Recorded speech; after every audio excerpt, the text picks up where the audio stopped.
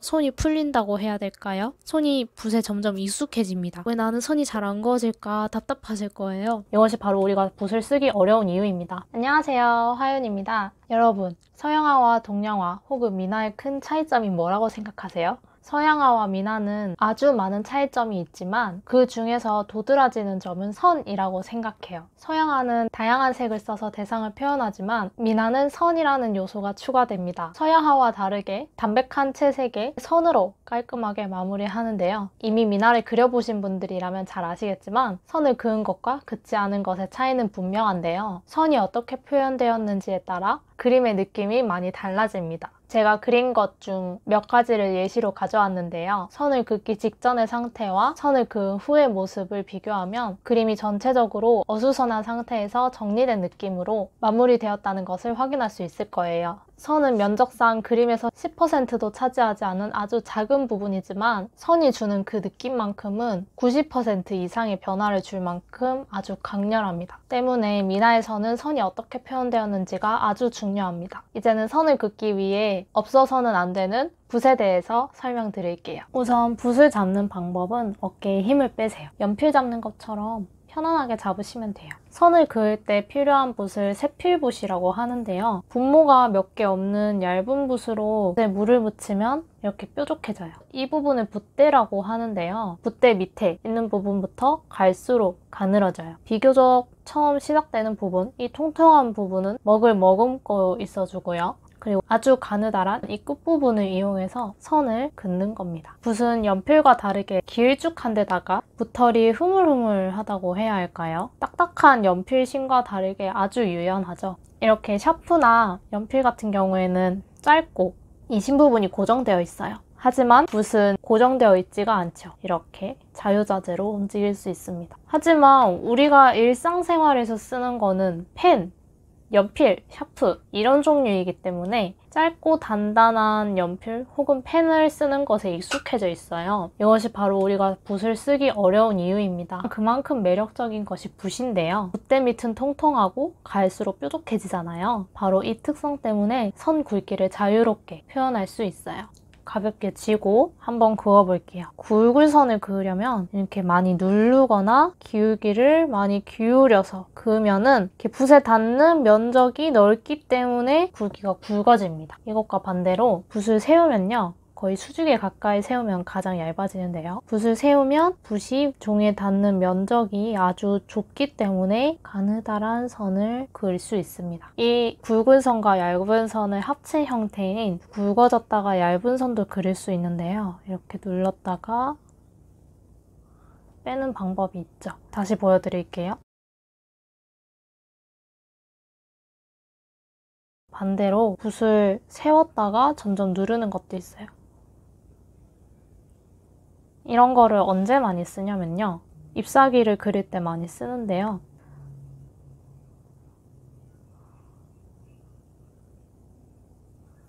이렇게 눌렀다가 쭉 빼고 잎맥도 이렇게 점점 가늘어지게.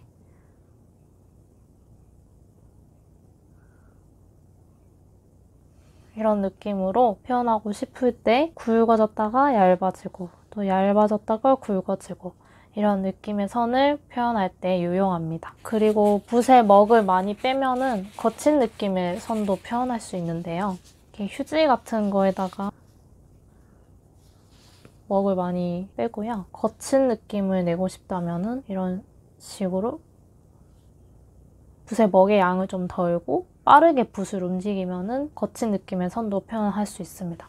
이런 선 같은 경우에는 뭐 괴석이라던가 돌 혹은 소나무 그 재질이 딱딱하고 거칠잖아요. 그런 대상을 표현하기 위해서는 이런 거친 느낌의 선도 종종 쓰곤 합니다. 이렇게 쓰이기도 하니까 참고하시면 좋을 것 같아요. 하나의 붓이지만 기울기를 어떻게 하느냐에 따라서 굵기도 다르고 또 속도나 먹의 양에 따라서도 거친 느낌과 깔끔한 느낌을 구별할 수 있습니다. 그래서 이 붓이 엄청 매력적인 거죠. 하나의 도구로서 다양한 느낌을 낼 수 있으니까요.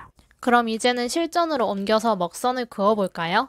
선을 긋는 도중에 종이가 움직이면 안 되기 때문에 종이 테이프로 스케치한 그림과 순지를 책상에 고정시켜 주었어요.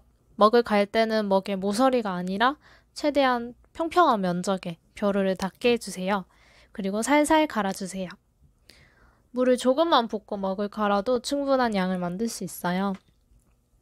우선 적은 양을 진하게 만들고 물을 조금씩 타서 농도를 조절하시면 됩니다. 저는 채색을 두껍게 올리지 않을 거라서 연한 농도의 먹을 만들었어요. 본격적으로 선을 잘 그을 수 있는 꿀팁 3가지 알려드릴게요. 첫 번째, 관찰하기.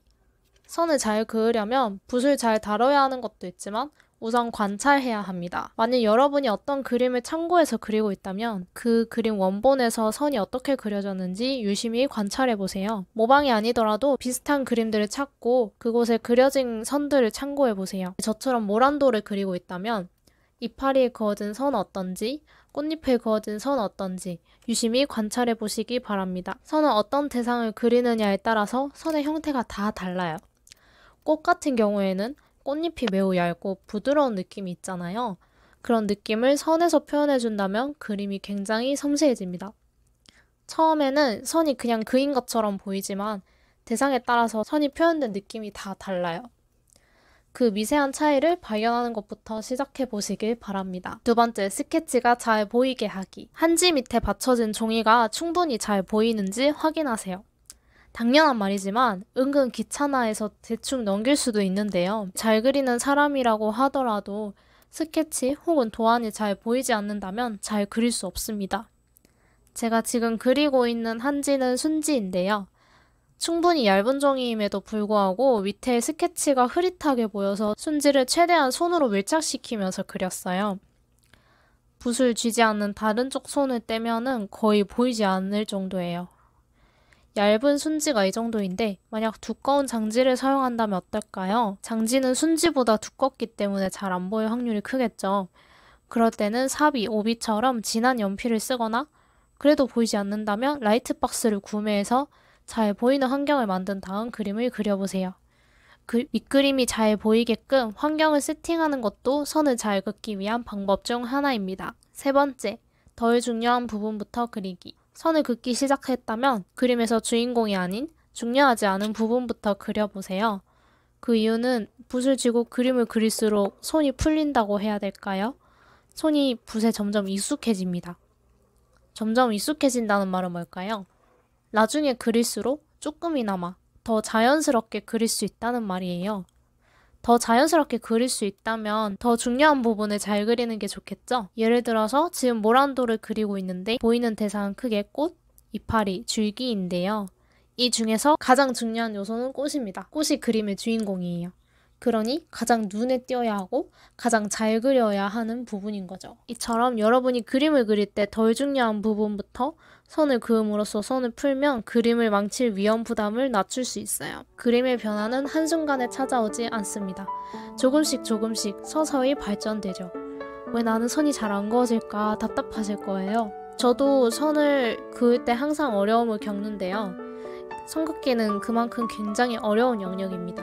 하지만 어려운 만큼 선을 잘 그으면 그림의 퀄리티는 확 달라질 거예요. 그러니 그림 그리는 것을 좋아하고 앞으로도 더 잘 그리고 싶다면 연습하고 계속 그리기를 멈추지 말아주세요. 어느 순간 자신도 모르는 사이에 그림이 발전된 모습을 발견하실 겁니다. 여기까지 미나 그릴 때 선 잘 긋는 방법이었습니다. 이 영상이 여러분께 도움이 되었다면 구독과 좋아요 부탁드려요. 안녕!